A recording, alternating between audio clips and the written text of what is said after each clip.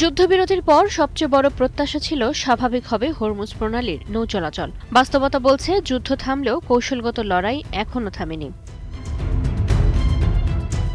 সমঝোতার অন্যতম শর্ত ছিল হরমুজ প্রণালীতে বাণিজ্যিক জাহাজের নিরাপদ চলাচল নিশ্চিত করতে সর্বোচ্চ চেষ্টা করবে ইরান। কিন্তু একই সময়ে আইআরজিসির কঠোর সতর্কবার্তা, বিকল্প রুট ব্যবহারকারীদের প্রতি হুঁশিয়ারি এবং বাণিজ্যিক জাহাজে ড্রোন হামলার ঘটনা নতুন করে প্রশ্ন তুলেছে।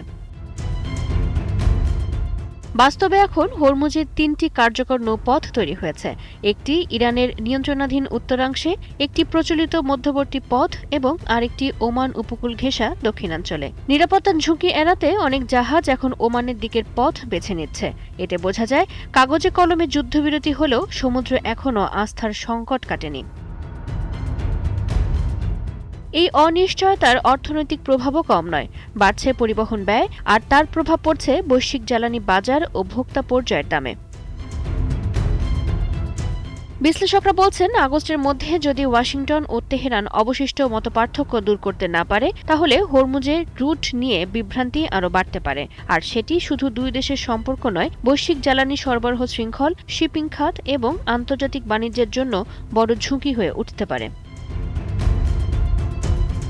হরমুজ প্রণালী এখন আর শুধু একটি সামুদ্রিক পথ নয়, এটি ইরান যুক্তরাষ্ট্র সমঝোতার সবচেয়ে গুরুত্বপূর্ণ পরীক্ষাগার। সংশ্লিষ্টরা বলছেন, যতদিন না এই জলপথে নির্ভয়ে জাহাজ চলাচল স্বাভাবিক হচ্ছে, ততদিন কাগজের শান্তি আর বাস্তবের শান্তির মধ্যে ব্যবধান থেকেই যাবে। চৈতি সরোয়ার, ৭১।